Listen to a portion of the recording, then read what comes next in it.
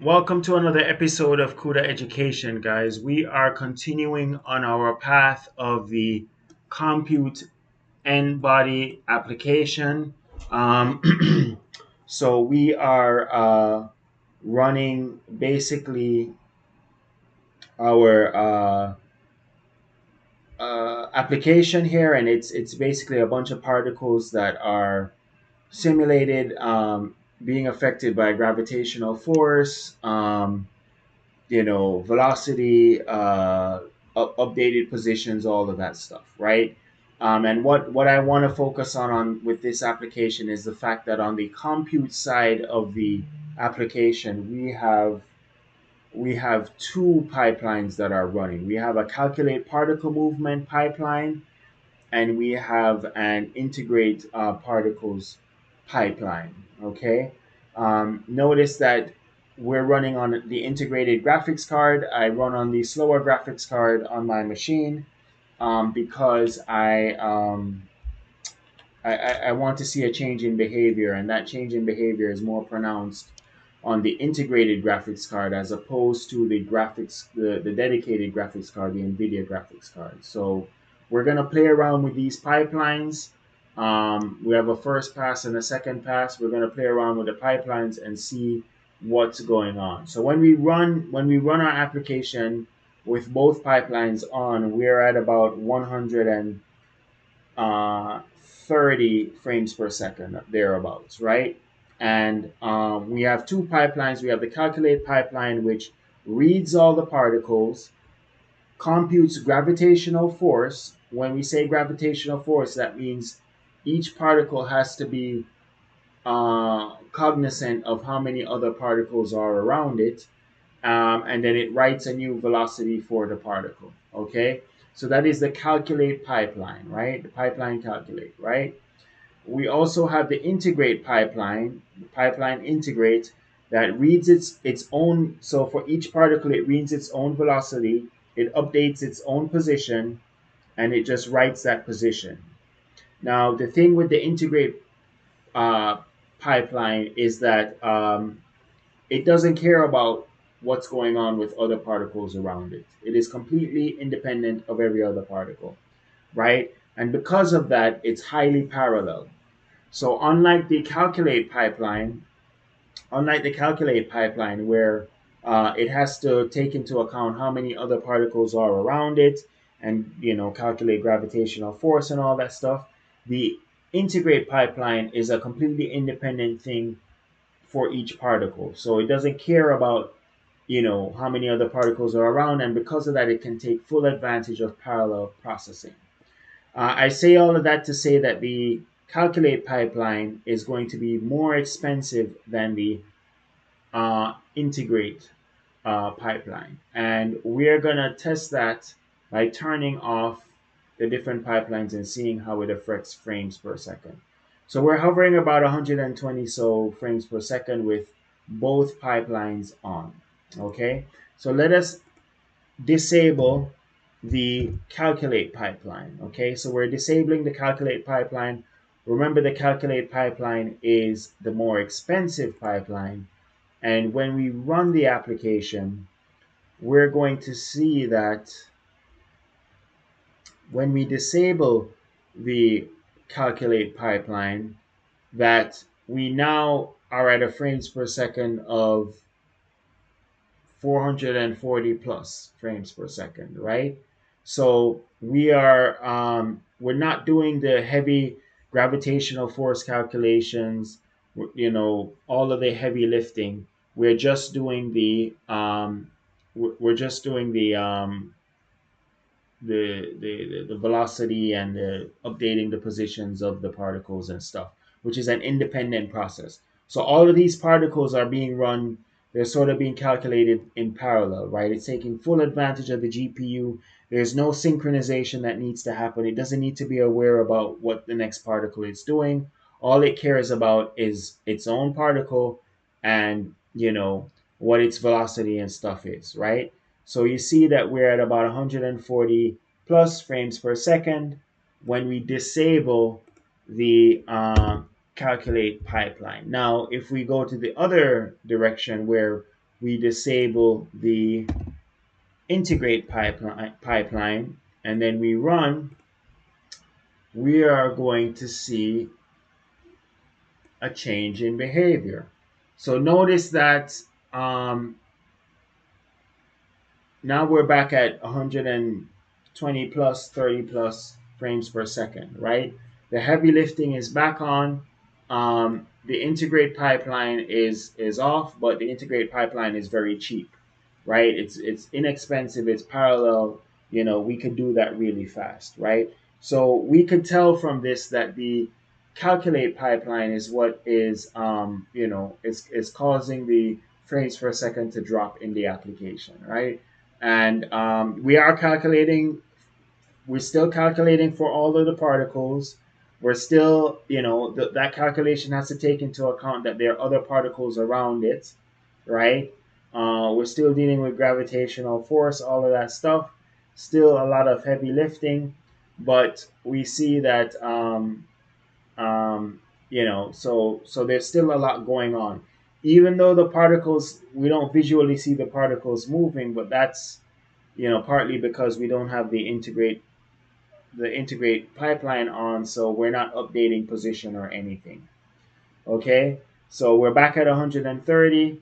Um, just to emphasize the point again, uh, we'll revert back to um, the other situation. So we'll again do turn off calculate and turn back on integrate particles, right? So we see that we're back at high frames per second, like we had before. Now, just to for completeness, let us disable both pipelines, right? Um, and when we disable both pipelines, we are at high frames per second. Go figure. We're not calculating anything. We're not updating anything. We're not doing anything. We're gonna get back to the high frames per second. So literally, you know, really it's the calculate pipeline that is causing a lot of the headaches. Now, the thing is that we are on the compute side of the thing. So there's a compute side and a graphics side. We're only dealing with the compute side. The thing about it is that the calculate pipeline and the integrate pipeline has shaders associated with them, right? I'm not going to really get into how they're connected, but basically the calculate pipeline has a calculate shader associated with it, and the integrate pipeline has the integrate shader associated with it. So here is the calculate pipeline shader, okay? The calculate shader. Just off the rip, we could see that there's a lot going on. There's for loops inside of for loops. Um, there's a lot going on. We're at 75 lines of code, but more importantly, there's for loops inside of for loops. There's a big for loop here and a little for loop here, and that has to do with, I'm sure, because it has to be aware of what particles are around it. Okay, if we look at the shader, the integrate shader, we notice that it's a lot simpler. We don't even really have a for loop as such. It's just 30 lines of code, but it's just simple. There's no for loops. It's not it's simple and straightforward, right? Actually, this integrate algorithm is what they call the Euler integration. EULER. So you guys can research that on your own time. EULER, Euler integration. And it's a thing, it's generally cheap to do. Parallel processing, that's what GPUs are for. You could do the parallel processing on each one of those particles. Um, you could do the parallel processing on each one of those particles without having to worry about synchronization or what's going on with other uh, calculations, other computes, other processes. You could just basically line them all up on the GPU and run all those calculations in parallel and not have to worry about the next guy. For the calculate pipeline, that is not the case, and that is why we see the dip in performance, right? So Now we have everything running back to what it was before, and we're back to 120 plus frames per second. Right, so that's all I wanted to cover today, guys. Again, we are dealing with the compute side of the equation. There is a graphical side. The graphical side, of course, deals with the fact that we're able to actually see the particles on the screen. If we had compute and we didn't have graphics, we wouldn't be able to see anything on the screen, which, we'll have our GPU working and we'll have, our battery draining because the GPU is working hard and all that stuff. But we wouldn't see anything on the screen, which is no fun. So yeah, I did it on the integrated graphics card because when I turn it on and off stuff, it has more of a performance hit. If I did it on the NVIDIA graphics card, on the dedicated graphics card, because it's such a efficient machine and all that stuff, you just wouldn't see as big of a change, right? So there you go, guys. I still want to do some more work and investigate the two passes, the two pipelines. But this is actually the first example. This is actually the first example of all of the examples that we have where I've seen two pipelines. We're going through all of the examples, starting from top to bottom. But this is the first one where we're actually seeing two pipelines run, and I definitely want to do some more research on this. Right? Actually, I want to create a third pipeline with like just another set of stuff just to see what happens, right? But there you have it, guys. So we have two pipelines running. One other thing I want to highlight is that notice that we have these pipeline barriers, right? So because we are dealing with particles, and both of them in effect in one way or the other is touching the same particle.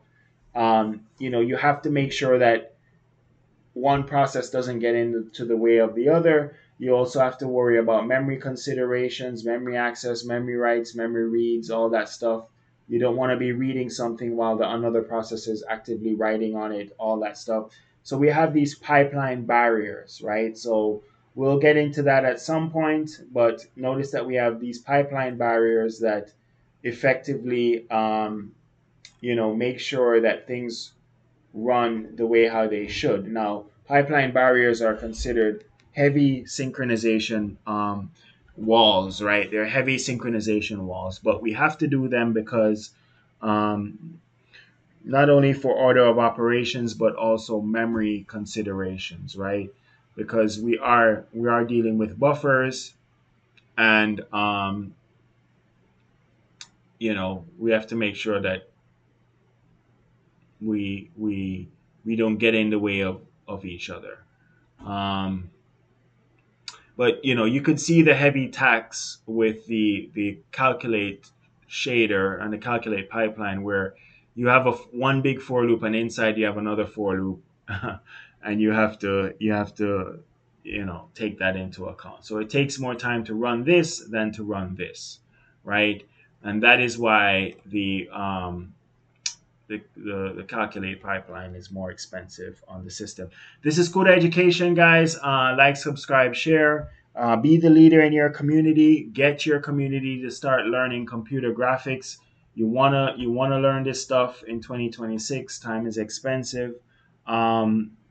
Also, what else I want to say? Yes, if you want to be able to run this stuff on your machine, make sure you have a Windows computer with a Vulkan-capable GPU. A Windows computer, Vulkan-capable GPU. Windows computer, Vulkan-capable GPU. If you want to be able to run the ray tracing stuff, which is this stuff down here, you also need to make sure your graphics card is GPU capable. Um, the machines that the modern machines that are shipping these days, the integrated graphics card may be able to run Vulkan, right? That hasn't always been the case, but for the newer machines, I believe the integrated graphics card can run Vulkan. But you need to do your research before you get a machine, right? What can it run, you know all of that stuff. Um, for this machine, I have a dedicated NVIDIA graphics card, but I also have the default integrated graphics card that kind of ships with every computer. Because this machine was bought recently, it actually has the it has the ability. The integrated graphics card has the ability to run Vulkan, and that's what we ran on today. But anyway, guys, thank you for watching. This is Kuda Education. Support the channel, tell your friends, all of that good stuff. Have a great day.